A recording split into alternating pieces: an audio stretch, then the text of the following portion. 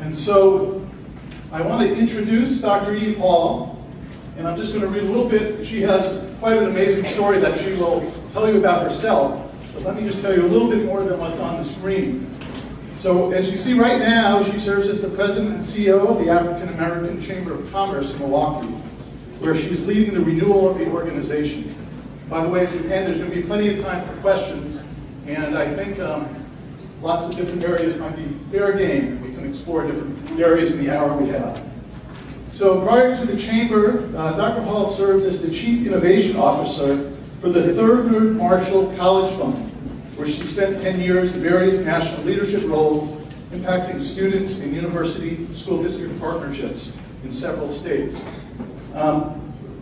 One of the favorite parts of my bio for Dr. Hall is a direct quote from her, where she talks and says her beliefs that I believe in the power of collaboration, but also commit strongly to the power of one. And I think you'll find she is a powerful one in many ways. And we're honored to have her here, and welcome Dr. Hall. Thank you.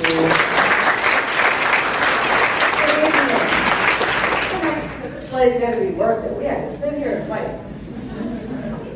Especially on Friday, it's raining, and everyone's thinking about getting home, about the television. Ooh, and you know what? Is it Scandal night?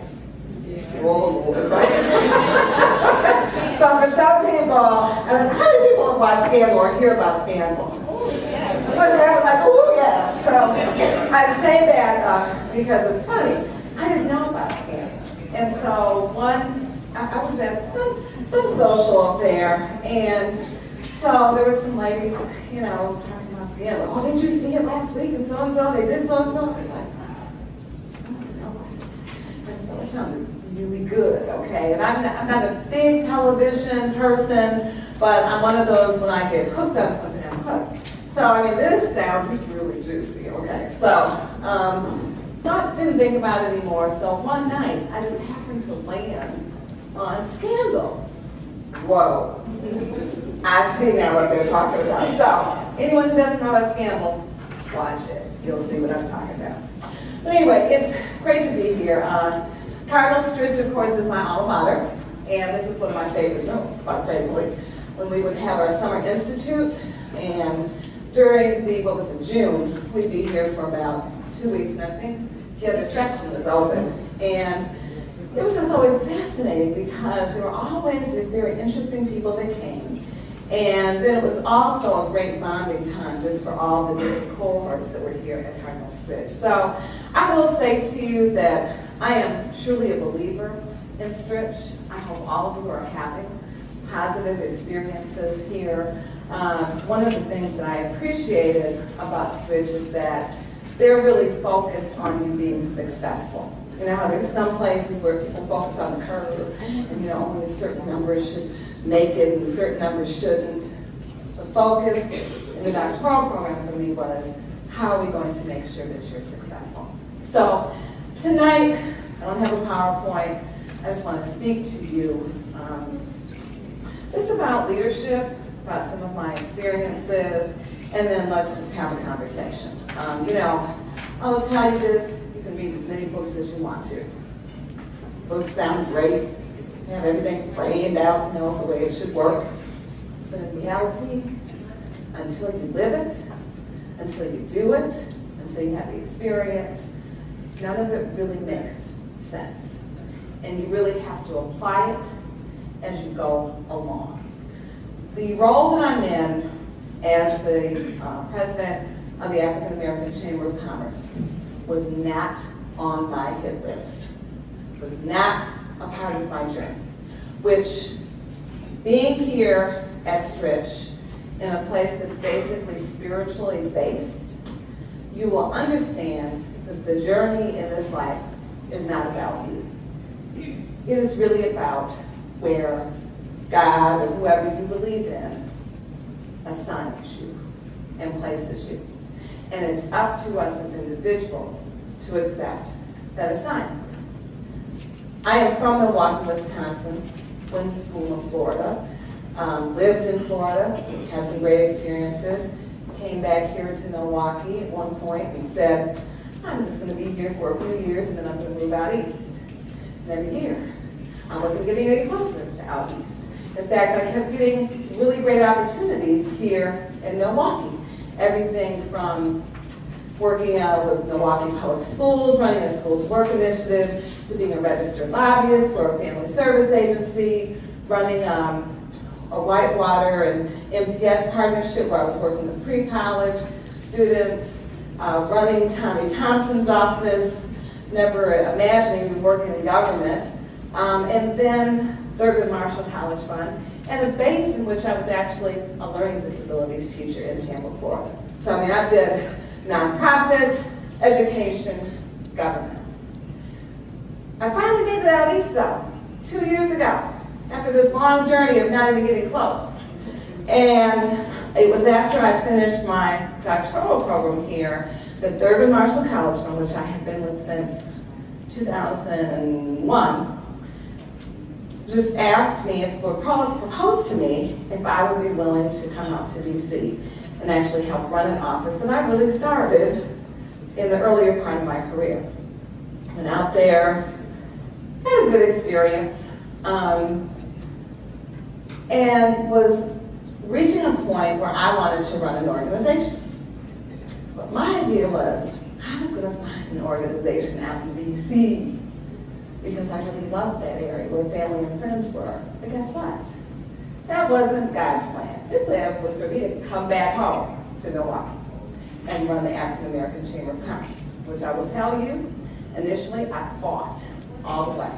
And when people call me, tell me I needed to come home, et cetera, I'm saying, you are nuts. I'm not coming back home. I'm not coming back to Milwaukee. I'm staying out here. But, I could go into the details of how God, quite frankly, kept letting me know, you may think DC is for you right now, but I want you back in Milwaukee, Wisconsin. So I've accepted the assignment. And I will tell you, it is a heavy lifting assignment, but I'm really glad that I'm here. And I'm glad that I'm helping to make the difference. Today, and I'm going to pass this around, I had the third, what we call Women in Business Luncheon. And I had it at the Yacht Club. We had about 80 women there. And it was a business partnership luncheon. Now, I know the theme here, or kind of the alignment is business leaders making a positive difference in the community, social conscience, still making a profit, and basically this supposedly competition between nonprofit and for-profit, nonprofit basically being mission-driven, meaning at the end of the day, have I made a difference with people? That's really what that means. For-profit, bottom-line driven, how many dollars have we made? And it's the product that we're selling. Is it a good one? Well, the fact of the matter is, whether you're nonprofit or for-profit, you have to ask very similar questions. We're a quote-unquote nonprofit organization as a chamber. What does the Chamber of Commerce do? They basically focus on economic development and strengthening small and medium-sized businesses. African American Chamber of Commerce, what do? We focus especially on growing, strengthening, and sustaining African American owned businesses in this community and partnering across the sector on job creation as we strengthen our businesses and partnerships across the city. As a president, I have to be conscious about bottom line though. What we're doing, is it valuable? Are we still moving ahead as a nonprofit? I have to raise money. If I don't raise the money through grants, through donations, through memberships, I don't get a salary, and my team does not get a salary. So, in essence, that's another thing. I've now learned to be an entrepreneur.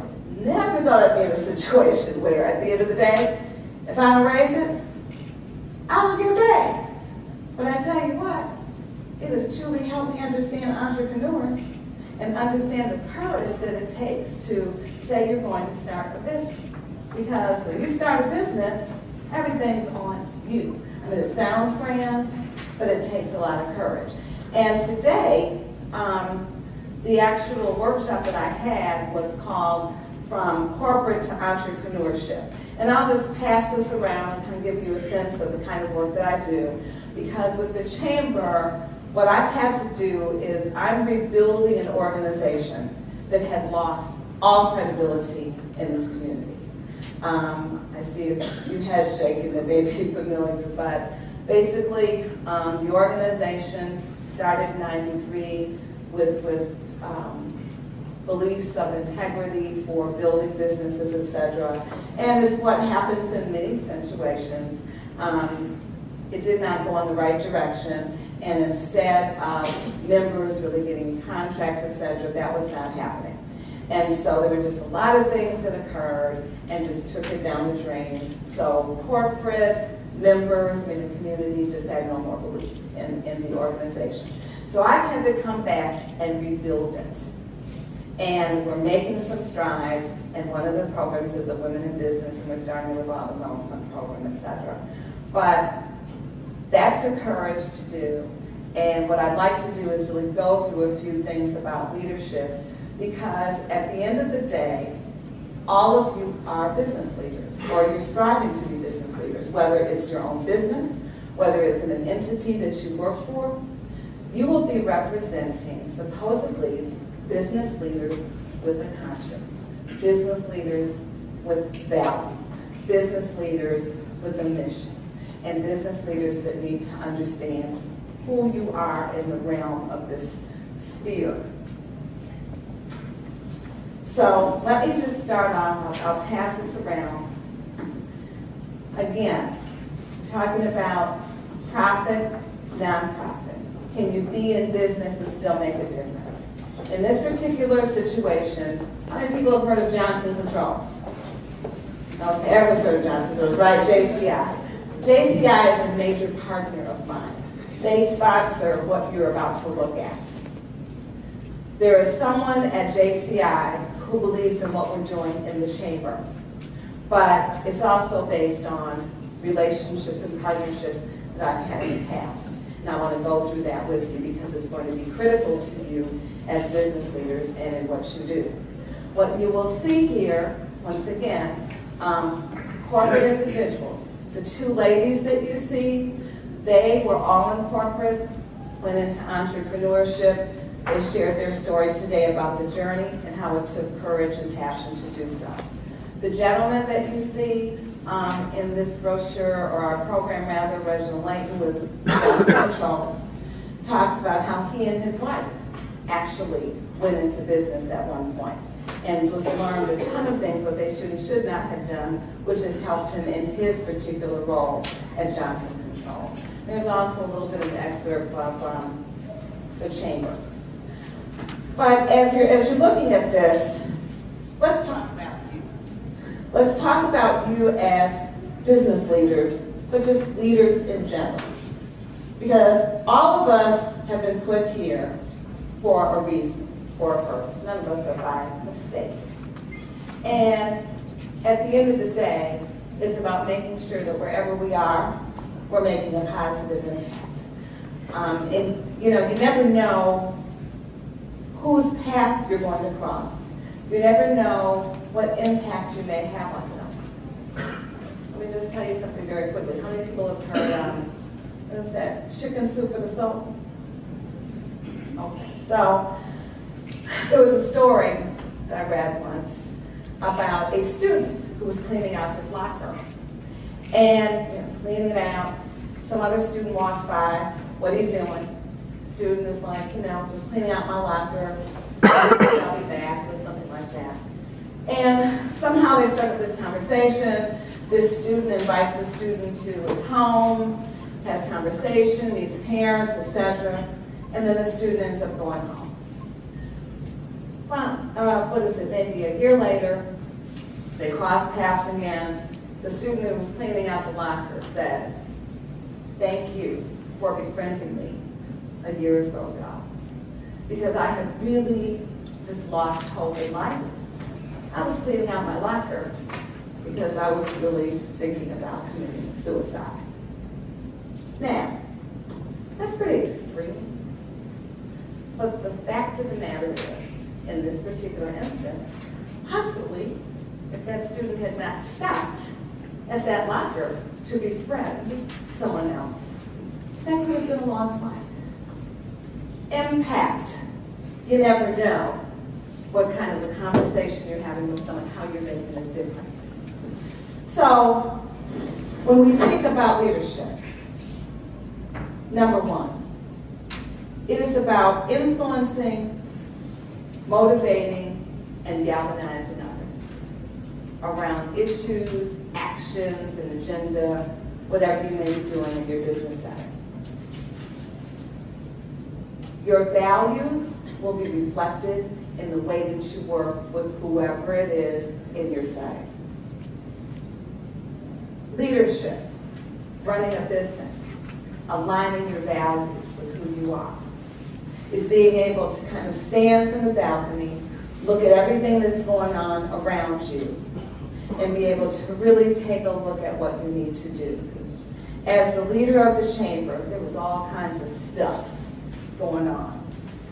And I had to pull away, be able to look down and see everything that was going on in the organization, pull from my own value centers, pull away from some of the stuff that maybe I may have had opinions about, and return again to why I was there to make a difference. I had to remove myself. As a leader in business, there will be times when you have to remove yourself so you can really understand the setting that you're in.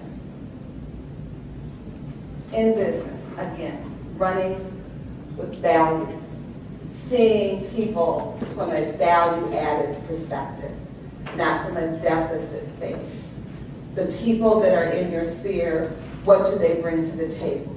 Not what they don't bring to the table. How do we feel when people are looking upon us and they're only looking at what we don't bring? It's about looking at what the people do bring, again, to me, in value-centered leadership. Leadership in business means you are hope, you are inspiration, you are motivation to your team. Today, when we had our luncheon, we have a very small team because I'm still trying to build the fund. And so I have a 30-hour person and 2 other consultants who help me with various tasks.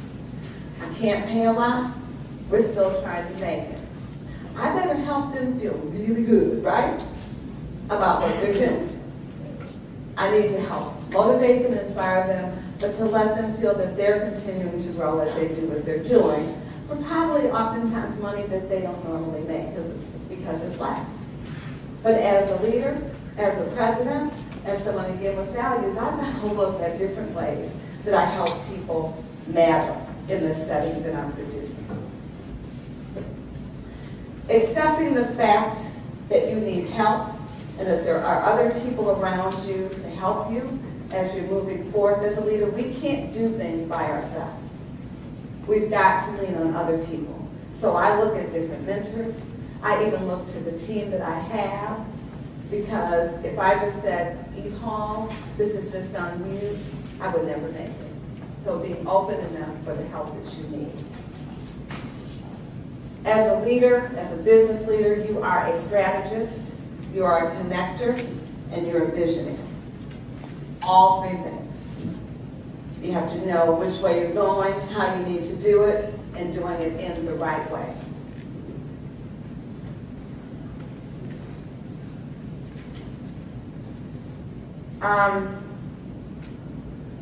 A few examples that I've learned. Sometimes it gets tiring being a leader. It gets lonely. But you know what? You know what they say, it gets lonely at the top. Wow, it really does. I didn't realize that. I heard the phrase, and it was just, I guess, generic, but it really does get lonely. And it's not even at the top, but it's like when you're in a leadership position, when you're in a role of trying to make change, and there are other people around you that you're trying to influence, and sometimes people like you, sometimes they don't. Sometimes they make you feel like, You're really not doing all you can when you really know you are. There are times when people may misread what you're trying to do. I mean, it's all kinds of stuff. So you know what?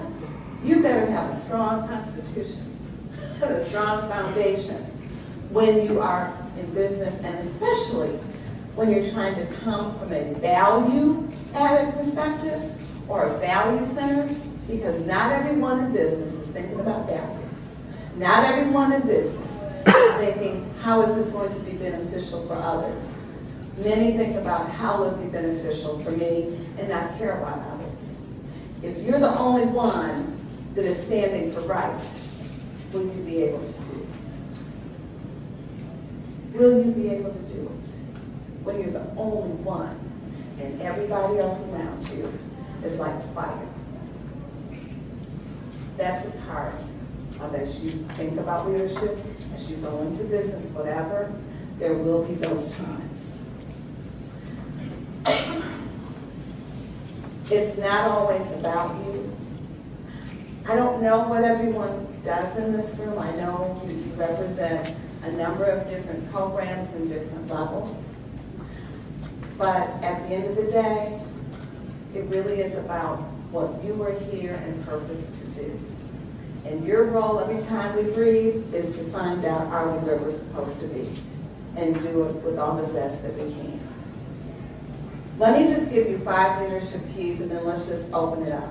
So I can give you just different scenarios, but I'll just say again that the whole values piece, the whole leadership, you can read as many books as you want, and gee, I've read a ton of them, right, Peter? We all have. But it really is about the day-to-day experience that begins to help you learn and where you really can apply some of what is in quote-unquote theory. 5 keys for you around values and leadership, just leadership in general. 1, understand what grounds you. And this can be just in your everyday life.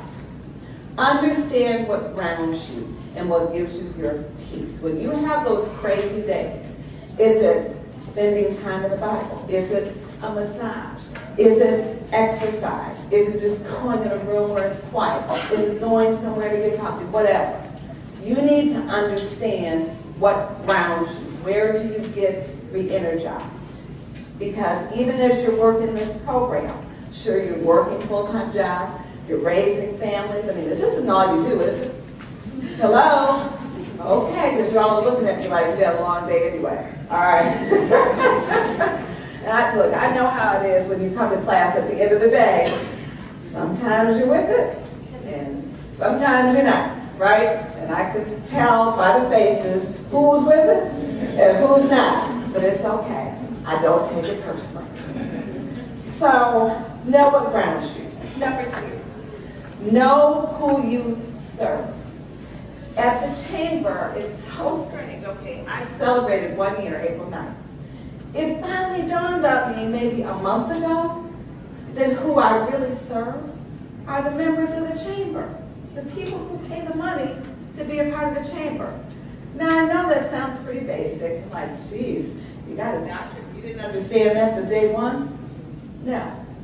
Because I was so focused on trying to raise money, to make sure we kept the doors open, make sure people got paid. I'm so focused on building the credibility with all the corporations and all the people that give money. I was so focused on, oh my God, we got to get down to this building, because the building we're in is a little rough, but just want you to know, about 3 hours ago, we had a call about someone who may want to purchase our building. So, yay. And I was just doing all these things, and I was still paying attention to members, but I wasn't paying attention to members. And so we had a briefing it's been about 3 weeks ago. And I'm watching our members, and we had like a really good session. And then it really hit me that, oh my God, I have to make sure that whatever we're offering in the chamber is truly of value to those who pay their money to belong to the chamber. Duh. But it's like I was so out here, and I had to refocus everything that I'm thinking and everything that I'm doing while everything else is important. At the center, that's really who I serve. It's not even the board of directors. It's our members. So my question to you, wherever you are right now in your present job, who do you serve? And do you really understand who you serve? Peter and Martha know they basically serve you. Because if they don't, you won't be here. And if you're not here, they aren't getting paid, right? So at the end of the day, that's why Mark kept calling me to make sure I was coming. Because he didn't want to have to deal with you guys, right? And so I was letting him know, I said, Mark, I'm coming. It's just, it's a little rough today. But I now am really clear. And that has, quite frankly, after a year, helped me to reshape again how I have to function every day. So again, know who you serve, whether it's your own business or you're working for someone else. Partnerships. Building partnerships is critical. There is no way in heaven that I would have been able to even survive this year had it not been the partnerships. Now let me tell you about the partnerships I have now. They are based really from probably 20 years worth of work. For 10 years I worked for Thurgood Marshall College Fund, and I was raising funds for scholarships for different programs. I was traveling across this country because most of the schools I dealt with, they were historically black colleges and universities, 47 of them in 22 states. But what we did is we also raised money for students who were attending those schools that were living here in Milwaukee. But through that experience, I had to work with all these foundations and companies. Fortunately, we had great relationships because you know what? It's nothing like having trust and credibility. People don't trust you, you have no credibility, you can forget it. I don't care how much money you have. If people don't trust you, think about the people in your world. There are people you don't trust, right? And there are people you do trust. So everything that's happened this year really has been based on trusting relationships that I've built over time. MPS partnerships, governor partnerships, etc., all of that. So think about it in your work. You can't do it by yourself. You've got to build partnerships. Everything's based on relationships. There's a book you might consider looking at, reading John Maxwell's kind of one-on-one relationships. And it's about, that's the basis to everything. Because you know what? You're not a leader if you don't have any followers. Turn around and no one's behind you, you better check yourself, right? Okay. So, as a leader, I don't care what kind of leader, business, education, nonprofit, etc. Part of your role is to develop the people that come in your midst. It is not about you, once again. It is about making the people who are working with you, who are reporting to you, etc., to be the very best that they can be, and that you're giving them the tools to do so. And you know what? If you're not interested in helping to build the people that are on your team or that are surrounding you, then you need to really make sure you have the right people. Because either they're wrong or you're wrong. Because it's got to be reciprocal. Finally, number 5, be open to learning. The day you say you know it all, you are sunk. We will never know it all, even on the last day that we take our breath. There will still be more to learn. Don't ever estimate what you can learn from the people that are sitting next to you right now. Everyone at your table has different experiences, different levels of value and perspectives that are helpful. Kids, I love working with kids. You know why? They are not political, are they? They will tell you just how they feel. They will let you know if you're on the right course and if you're on the wrong course. But you know what?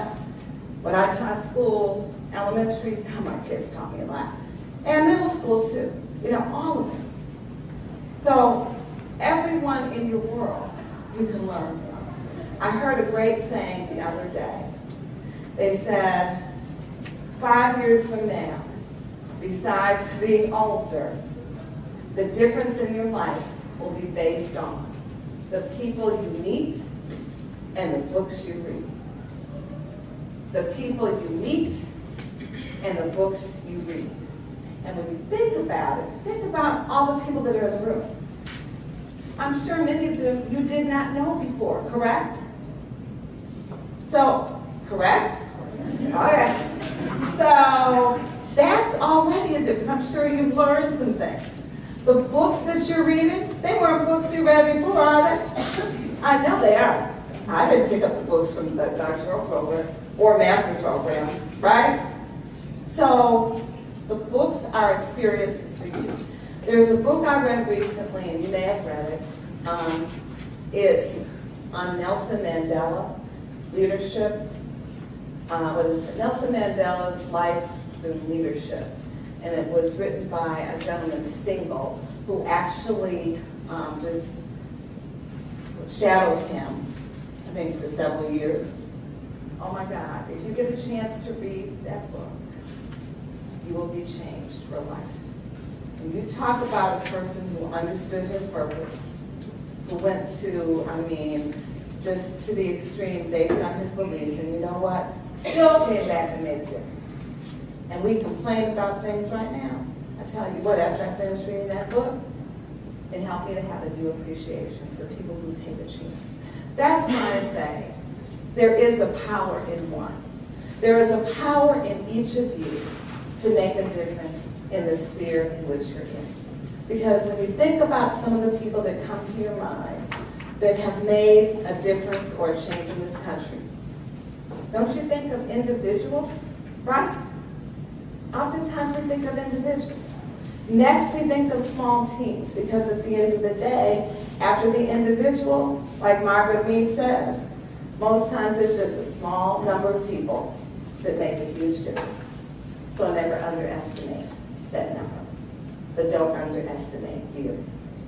So with that, all I can say is that my measurement every day is as a result of my presence in with business people that I may meet who are members, with corporate or foundation supporters that I may interact with. As a result of their interaction with me, were they motivated? Did they feel better? Did they feel okay? Were they someone that believed in what I was trying to do? Was it something that was a positive interaction? At the end of the day, is there someone's life I did touch in a good way? And at the end of the day, were there some times that were not the best? And I better check myself again. Because see, don't get so big that you can't even check yourself and understand that you make mistakes. I make them every day.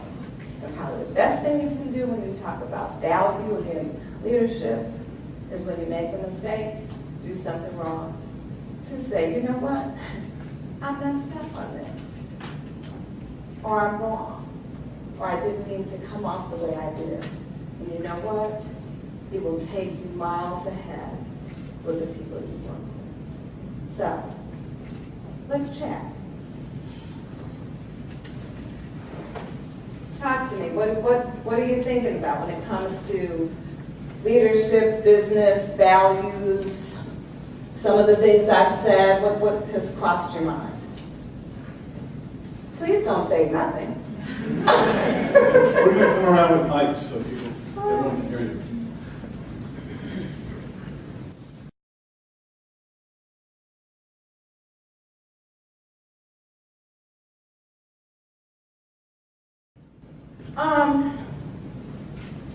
Being strong enough to stand by myself, because I enjoy people liking me.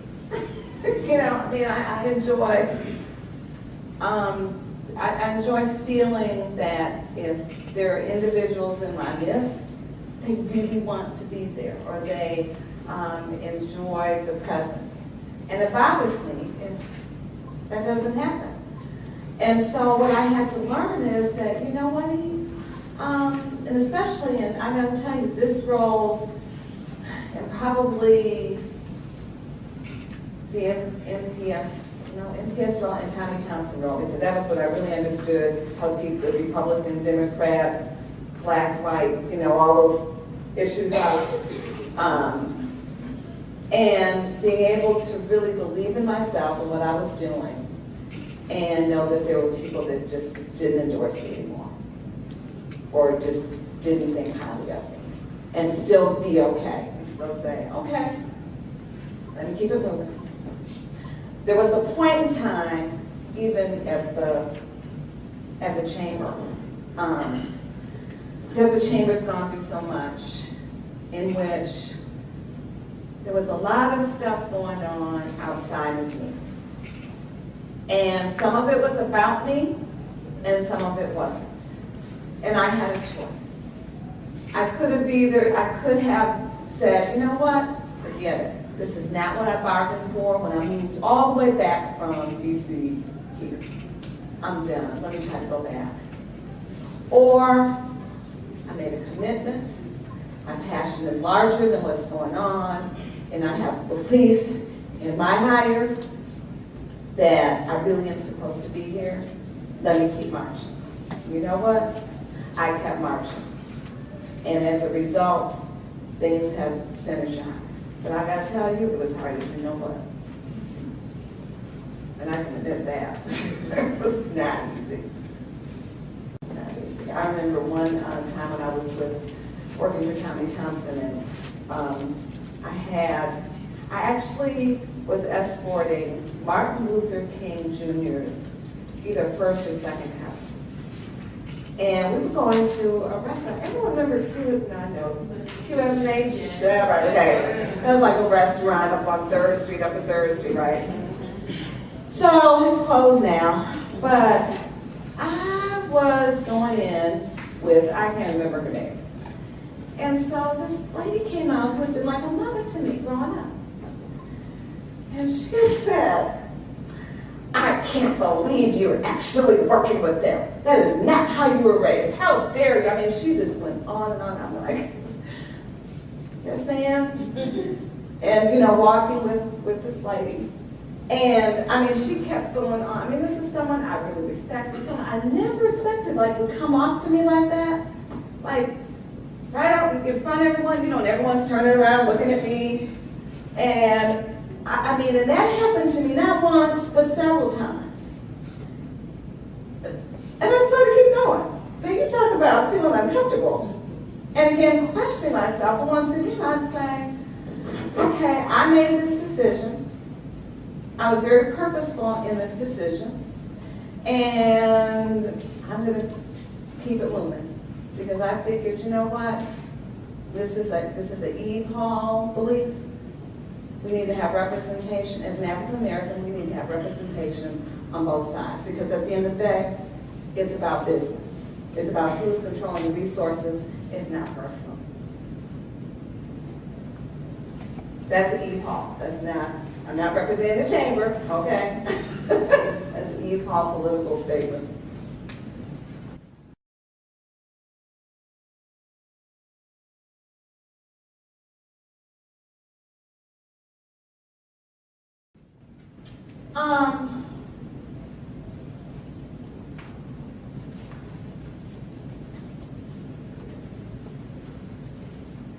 To really understand their story, understand what their actions really mean without judgment. It's so easy in a classroom when kids are not acting the way we want them to act, to have, you get frustrated and it's like, this child's so bad, this, that, and the other.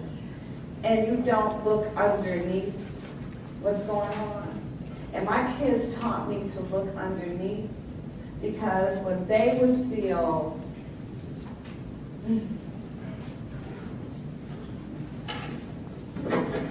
trusting them, they have conversations with me. I'm sorry, just really.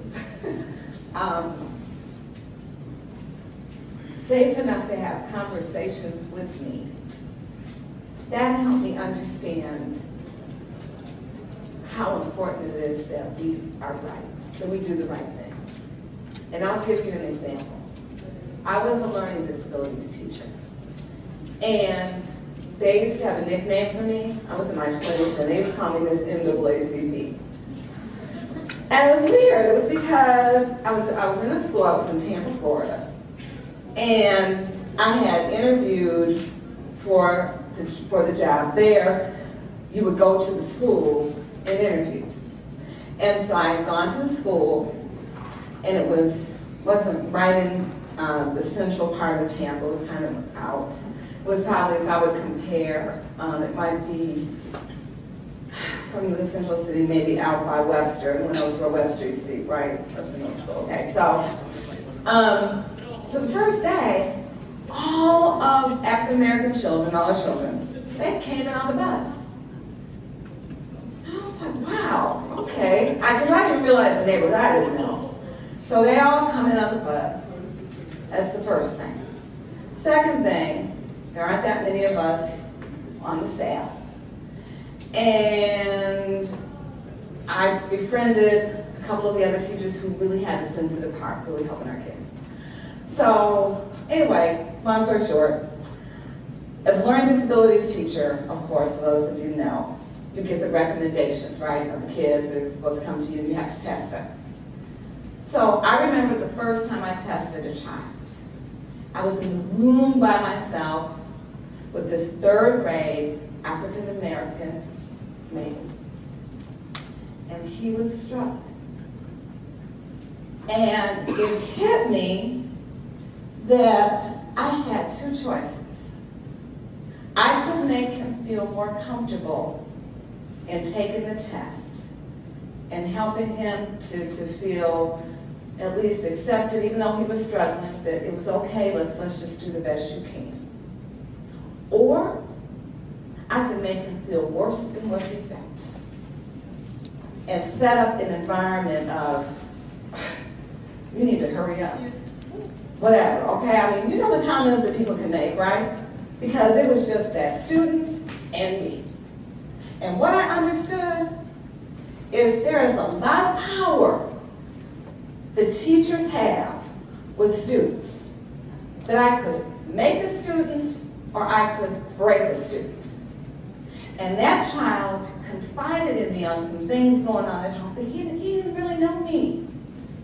And he became my student, but he confided in me on something. He didn't have to do that. So when I realized again, don't take it for granted. Understand when kids confide in you and share things, that is a privilege.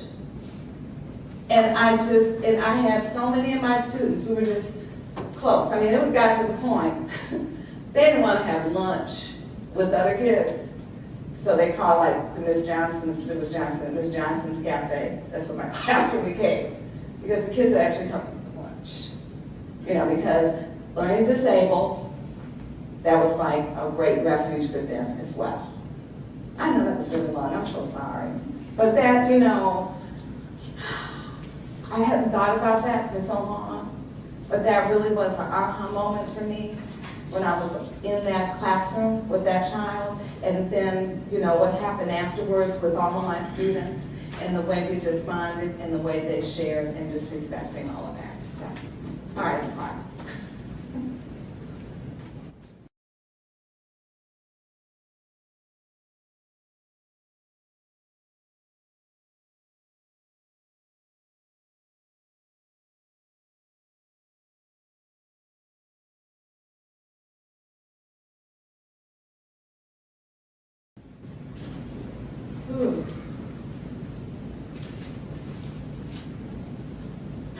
You know, what I've learned is to just try to live it.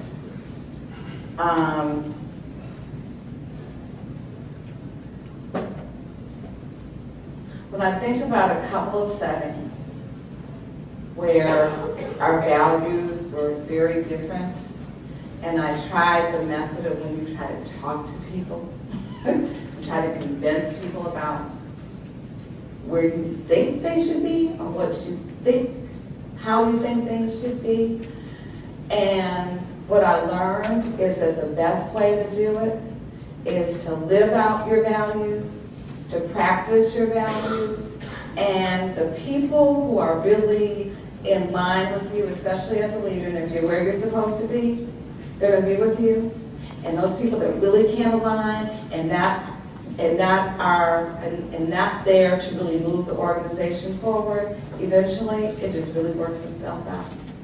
People just, it's amazing. The universe just kind of moves them away, you know? So my advice, don't spend a lot of time talking. Spend a lot of time being who you say you should be, or who you are promoting an organization to be, or what you're trying to emulate. What is that thing? Be the change, right? That really is the best. Because I can tell you now, even where I'm at, you know, coming into the chamber again, I never ran the chamber. So I had to be really open to learning. I had to shut down my own biases and judgments about how things are. And I had some values that I really believed in my heart we needed to also have as we moved the organization forward. Not everyone necessarily agreed with it. And it was really hard, and I kept trying to have a conversation about it. And then I finally said, let me shut up. And I had to remember, be the change. Be the change. Be the change. And I gotta tell you, as we bring the change, there's synergy, and there's, you know, the bumps where people leave and come. But you know what? We are going in a positive direction. But what I've done also is I've kept learning. I have, because when we speak about trying to have certain values demonstrated, we still have to make sure that what we're promoting is not a personal thing. You know, it's not like a personal opinion, but it really is about the organization and not about us. That's always a very delicate line too. Is it about the organization? Is it about me? Is it about my comfort level? Is it about, again, the organization and the impact on the community and its members, etc.?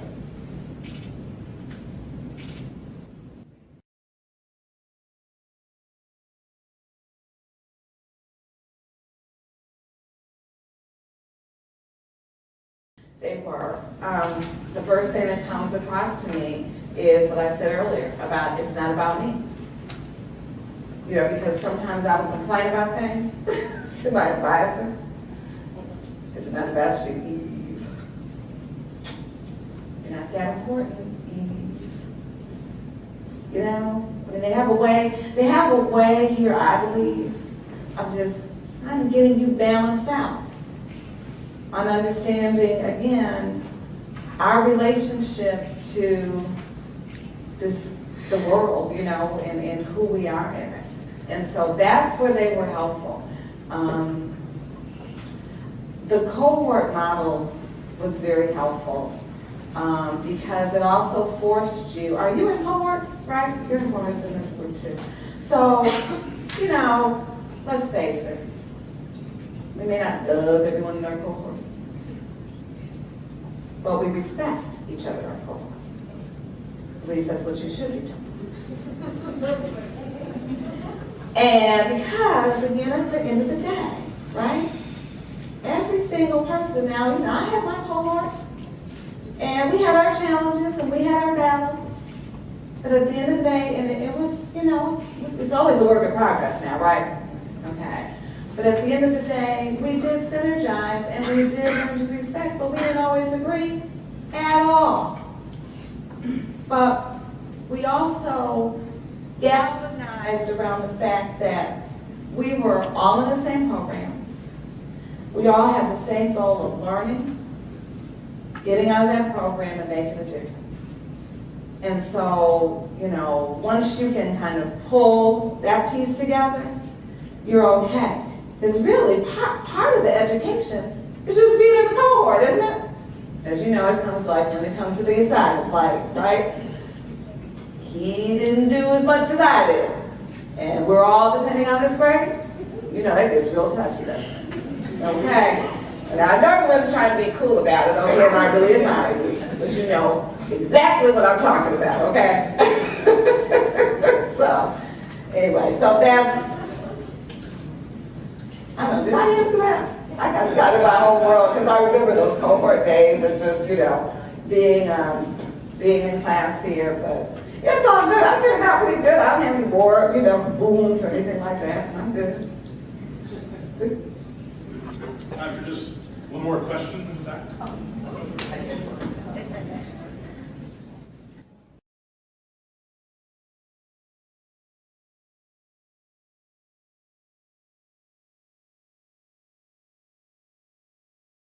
I understand myself better as far as what are my strengths and what are my weaknesses.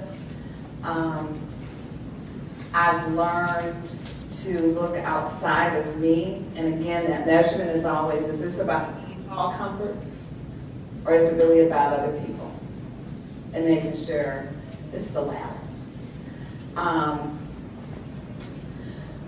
have more of a trust in just the journey. There was this famous saying of trust the process, remember that? Did they say that here? No, none of this program, okay. So in the doctoral program, it was trust the process. And we look at them like, what? This stuff is crazy. Trust the process. You know what? Everything evolved. So what I learned through that was kind of trust the process of life. Learn to read the signals. And if you have a spiritual base, which is really important, probably my spiritual base is strengthened, like skyrocketed. And I have more dependence on, you know, on God and just trying to be grounded so I can discern what I need to discern. I can hear what I need to hear. Now hear except just really know my place. That's another difference for my leadership, because I'm really dependent on that. Another place would be judgment, the judgmental piece. You know, prior, I think I was very judgmental, and we're all going to be judgmental no matter what, okay? That's just the nature of the beast, right? You know, y'all could be talking about this top, shoes, jacket, whatever. You have a judgment, that's okay. We're going to have that. But at the end of the day, can we improve it where, again, we're looking from a value add, what people bring, respecting wherever they're coming from, because we're still all human beings. So those are some of the ways I would say the difference from kind of the 5 years where I am today. So Dr. Hall, we're running out of time, but we want to thank you in two different ways, but start with, you mentioned Peter, Dr. Holbrook, who Yes, Dr. Holbrook. I'm sorry, I said last year, so maybe 2 comments from you and then a couple of us. Well, Dr. Hall, it's so wonderful to have you here with us again. And I was in the doctoral program with you, and a couple of, I was in 2 cohorts before. I'm still struggling finishing my dissertation, so I did finish it. So, but what we're trying to do here this evening, and I'm really thankful that everybody showed up, and that our faculty are very gracious at helping us come into this new way of being at Cardinals Ridge University. And one of the things that we're trying to work at is bringing our alums and bringing people from the community back in to talk about how are they leading in the community to make a difference.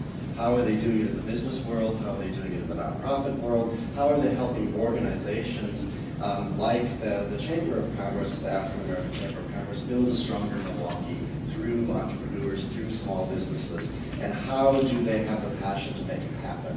And the reason that we want to do that is, number one, it enriches your education, but I think it's another way that you can see yourself on the other side. This is something that I can do and that I can be a part of. And so we want to be able to share the stories about Cardinals Ridge University through our alums, through the work that they're doing within the community, because the mission really of the College of Business is to prepare a different type of business graduate. And we really want to prepare a graduate that has an eye to, yeah, it's great to make money and we need to do that, and we want to cherish the free enterprise system. And, you know, at the end of the day, as he would say, you have to have margin, you have to have resources to be able to carry things on, to sustain it, but you also have to be able to give back to the communities that you reap benefits from.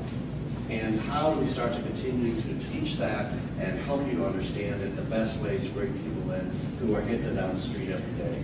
Because it's not easy, because you're going to keep walking up into different perspectives that they don't value that whole idea of giving back and building stronger communities. That's our whole effort that we're trying to do.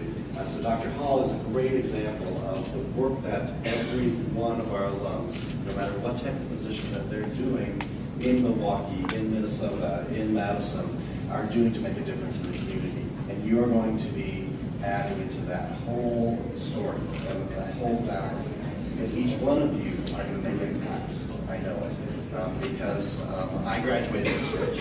I have 3 degrees, so maybe it's I never left. But I have 3 degrees from the institution. And as the story that Dr. Hall was talking about, the impact of her education, it has made a difference. And it makes me a better person to continue to understand access and opportunity, and education helps us to do that. And we live in an imperfect world. I live in an imperfect university and an imperfect college that we're trying to bring to perfect state. But it's believing that we can do that and make a difference. And so I thank you, Dr. Hall, for joining us today and showing us that we can make a positive difference in the communities that we live in, and we can work to strengthen the businesses around us so that they have a better impact. But it's all about how do we create sustainable families and communities so that we can thrive in this world. So I want to thank Mark Gester for helping us to put this together.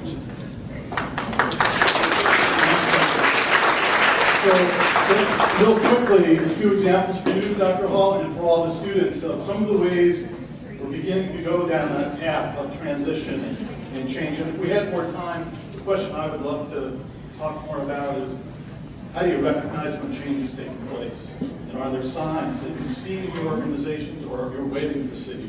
But here are some signs, in my opinion, that we're going down this mission and this path towards helping support you in being leaders who are going to be responsible business leaders and engage people in the community and understand margin. Without margin, there's no mission. Without mission, there's no margin, right? So one of the things is we have a new business advisory board that Dr. Hall and several other prominent alumni and community members are joining us so that they can really connect us to the community.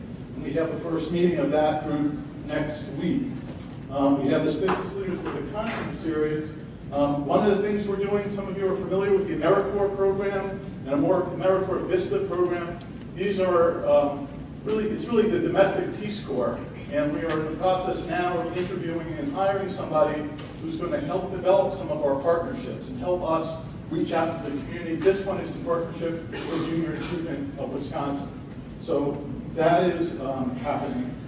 And then we're going to collaborate a lot more with other institutions too and other universities. I know there's at least 2 of you in this room that I've talked to tonight that are submitting a proposal to this Social Innovation Startup Challenge. So I really commend those who just took it upon themselves. They looked at an email, they looked at something on the wall, and they said, I can do this, it could perhaps be helpful for me. I have a bright idea, I want to communicate and get feedback. This is in partnership with Marquette, other institutions, large corporate sponsors, and Stritch is a part of it. So if you look further down the line, one of the things we're going to start doing is making sure to look global more. So this is an example of a trip that's going to look at the triple bottom line: people, planet, and profit. You've heard it talked about in different ways. So come on with me next spring and spend a week in Belize to look at social entrepreneurs in a different culture and what that can teach you about the future. So these are just little bright spots along the way, but hopefully you'll see a growing theme here and feel it, and it will be compelling in different ways that speak to you. And obviously, people come here for different reasons. And I am in finishing the same program that the 2 of them did, and Stritch is making a difference in the way I think, and it's the values are the reasons that I came to work here this past August. So I want to give a real formal thank you. I know we have someone from our Advancement Development Office is here with a thank you, and because we're very proud of our alumni. So I don't know if you want to just. No, I'm just here on behalf of the Alumni Association and the Advancement Department because we're proud of our graduates. So on behalf of the Alumni Association, here's a gift for you.